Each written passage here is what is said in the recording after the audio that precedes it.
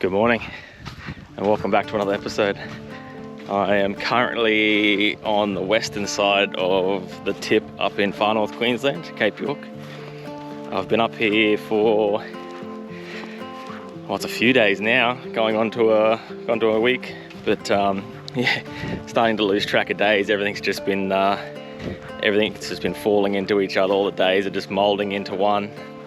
Spending a fair bit of time with these Indigenous men up here and just learning the ways and the fishing, the hunting and the culture, and just trying to take it all in the best I can. It's been absolutely an incredible experience, and hopefully it just keeps on going, because I don't want to leave this place. I definitely don't want to go back home and go back to work, that's for sure. But as for today, the boys are still back sleeping after a massive night and a massive day yesterday. So I've just come down to the beach for a bit of a breakfast, and might go chase some barramundi up in the swamps and get this day rolling.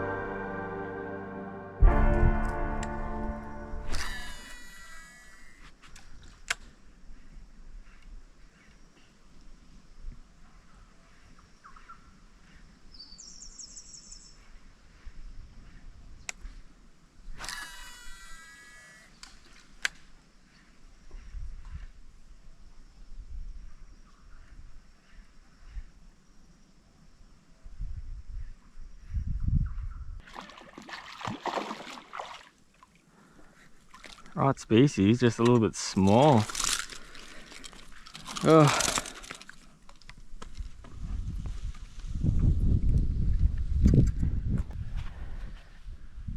Nice little bloke first thing in the morning.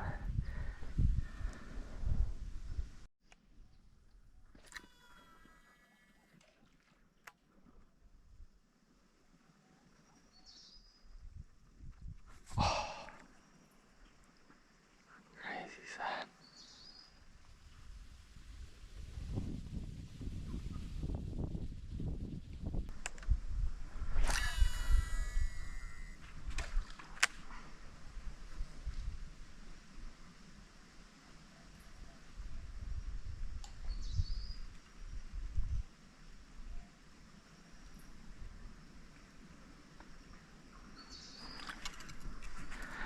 Oh, I think I'm going back to the atomic. I've had 3 good hits on this paddle tail now and dropped 3 good fish, so screw these things.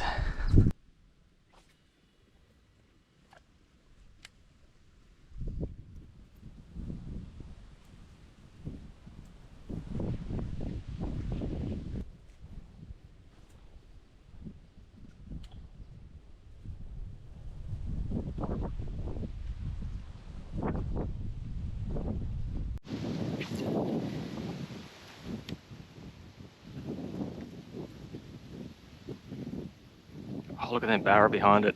Yep. Oh, I dropped it. Got him. Oh. How good is that? Oh, it's another jack.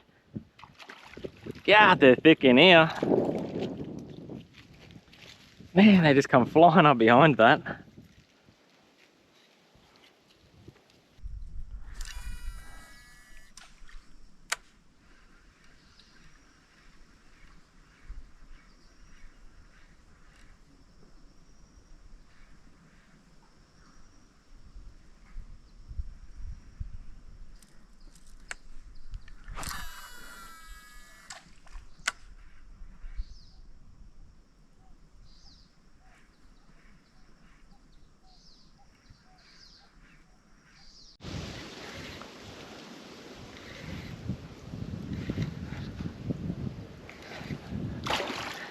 Oh, yes.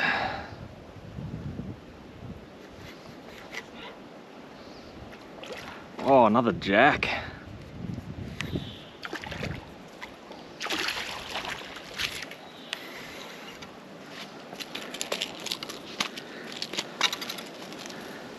Whew.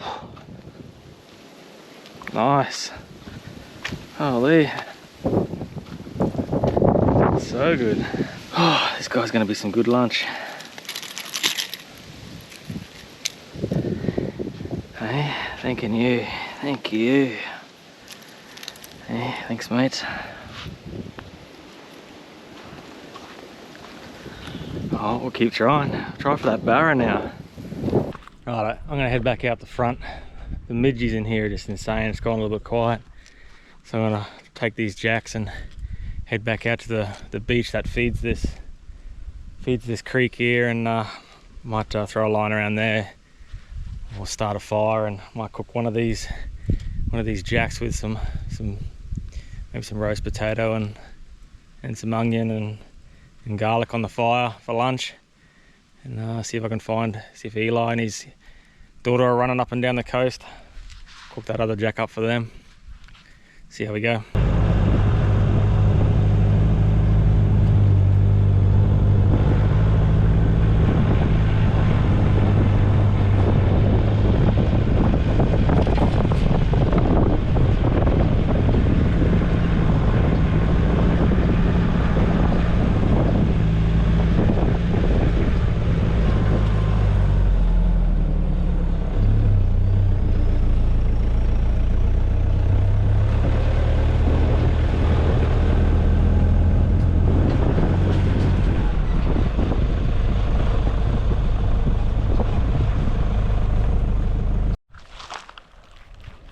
Have a go at this place.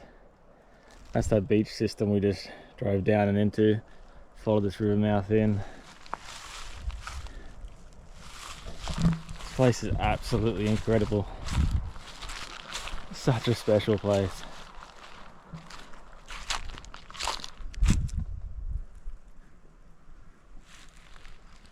Yeah, crystal clear this water is. That's one thing I've noticed up here in the middle. Well, on the western side of the cay. I was surprised with just how clear the water is.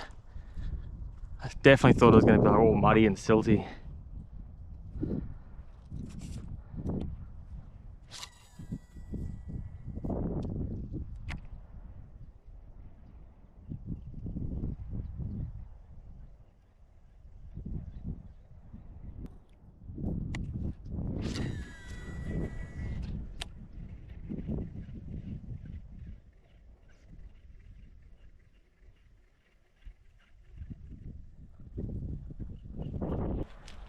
Oh, look at this guy. Come out of there, gone. Nope. Turned around and just slid back into here for a while. Wonder where he's gone. Just goes to show they're always around. It's just so hot out here. I think I'm going to retreat back to the shade. Had a flick around this point, just absolutely nothing. I think the only thing I'm going to catch out of here is dehydration. So I'm going to head back up to the cover of those trees and have a little bit of a siesta for a while and make a game plan from there.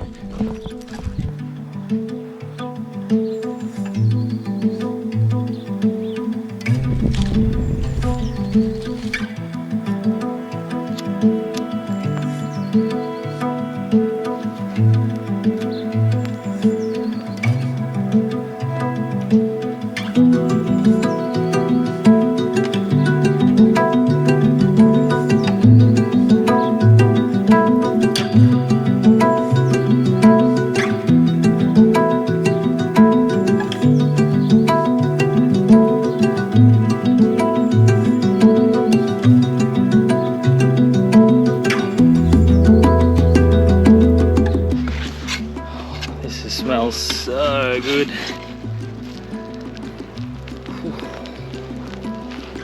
It's definitely gonna be a good lunch, that one.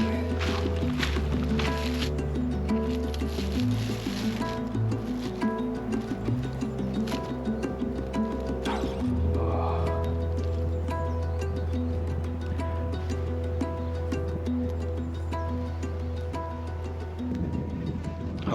tastes so good.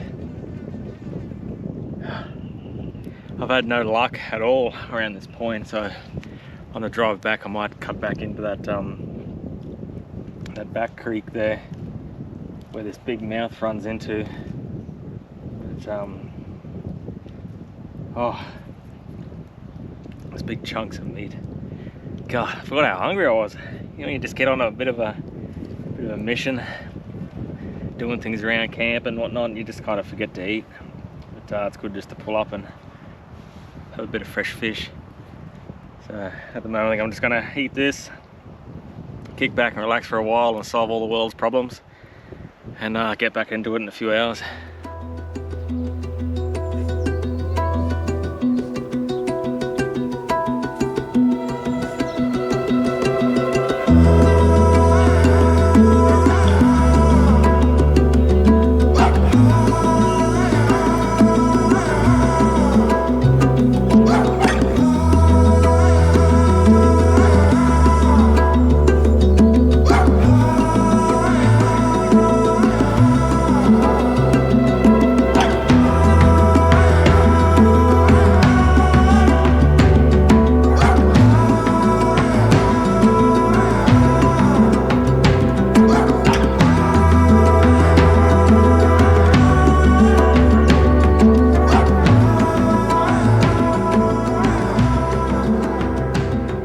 Another day done and dusted for up here in the Cape.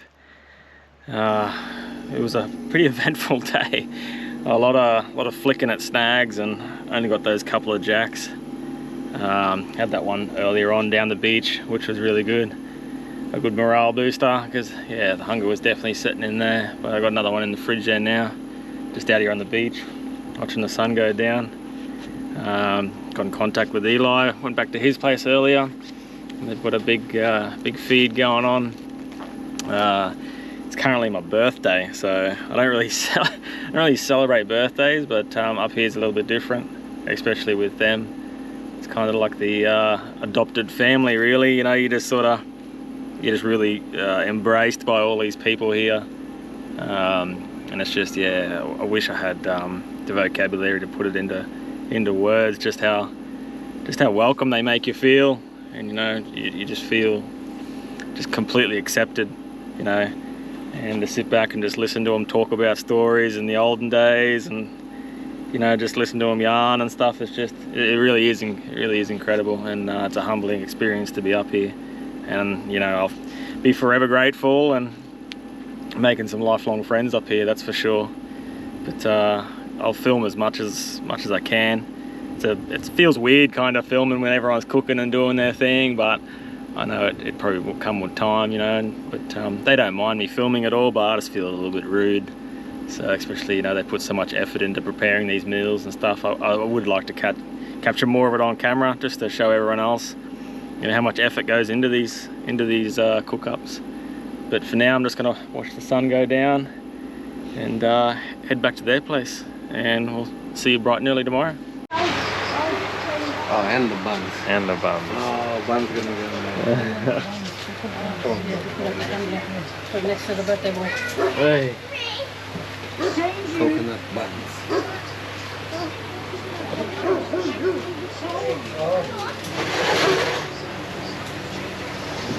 What a good feed. Oh, yeah. Get out of here.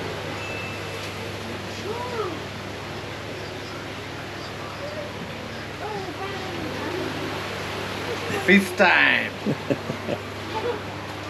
Holy moly, that smells so good too, eh? So this is the part of the trip where shit completely hit the fan. Me and Eli had a bit of a plan going where I was going to shoot back into Weeper, stock back up on some fuel and condiments and a few bits and pieces. Had Jess flying in from Cairns, and she was going to join us for the rest of the days that were up there. And the plan was just to head straight up to the tip and spend a few days up there, and we're going to meet up with Eli and Tracks up there and just explore that topper part of Cape York. But about 20 minutes out of the Jardine, as we're cruising along the PDR, the ute had a big shudder and didn't really know what was going on, losing power, and I looked out the mirror and it was just pluming smoke out of the back of the ute. So within the next couple of seconds, the ute basically just shut off and locked up and slid on over to the side of the road. And thank Christ for Starlink, because turned that thing straight on and got onto the mechanic that's been doing all the work on the ute. And the initial thought was it was a blown turbo. So calling around a few different tow companies, and anywhere from 6,500, 3,500 just to get the ute back. And made one phone call to Eli, and he said, put the phone down, chill out, I'll come and get you. I'll come and tow you back to Mapoon. And that's a 5-hour trip, for Eli just to come and get us. And no hesitation at all. He just said, sit tight, I'm on my way. I'll go and stock up some Jerry's of fuel and we'll come and grab you.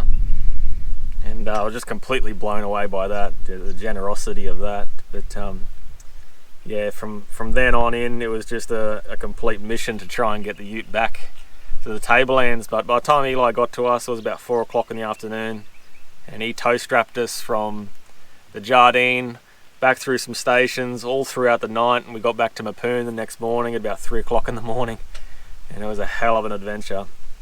But we organised another turbo, completely pulled the turbo off and everything off the side of the engine. Swapped it all out, put it all on, only to find out that cylinder number 4 had actually let go in the engine. So we ended up spending another 5 days with Eli up there, because we couldn't really fly out or do too much. We're just trying to make a bit of a plan with the mechanic and some tow trucks and whatnot.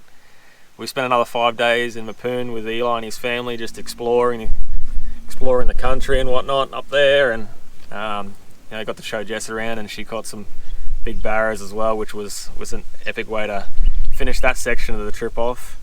But yeah, flying home definitely wasn't on the cards, but we had to do what we had to do. So flew home, finally got the car back to the mechanic, and yeah, quickly swapped the motor out as quick as we possibly could, and got it back on the road, gave it a good clean, because the car was absolutely trashed from the tow truck drive down. And yeah, but here we are, a couple of weeks later, car's back running, and we're heading back. In 2 weeks, we're going to head back up and finish the trip the way we wanted to finish the trip. So the next few episodes will be back up in Mapoon in a few weeks' time, and I really appreciate everyone following along so far, and subscribing to the channel and whatnot. It all helps, and I hope you've been enjoying the footage and the story along the way. And it's been a massive learning curve for me, just filming and putting stuff up on social media. But yeah, I hope you're enjoying it, and I'll see you on the next one.